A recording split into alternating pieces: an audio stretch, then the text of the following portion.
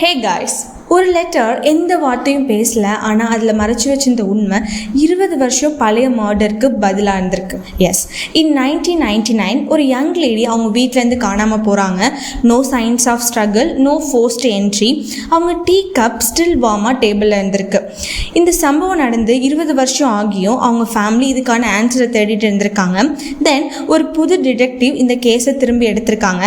ஆனால் அவங்க எவிடன்ஸ்லேருந்து ஆரம்பிக்கல, அந்த யங் லேடி எழுதின லெட்டர்ஸ்லேருந்து ஆரம்பிச்சிருக்காரு.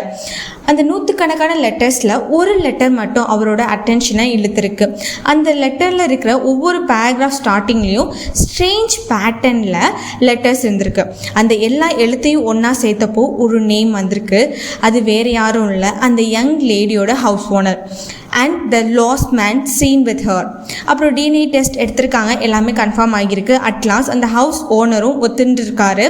அதாவது இவருக்கும் அந்த லேடிக்கும் ரெண்ட் பற்றி ஒரு ஆர்குமெண்ட்டில் இவர் அந்த யங் லேடியை கில் பண்ணியிருக்காரு. And he never realised that young lady hidden his name inside the letter she mailed that last night. 20 இயர்ஸ்க்கு அப்புறம் அந்த சைலண்ட் லெட்டர் குரல் கொடுத்திருக்கு. சில உண்மைகள் ஓசை எழுப்பாமல் பேசும், சில கடிதங்கள் உயிர் பெற்று பழிவாங்கும்.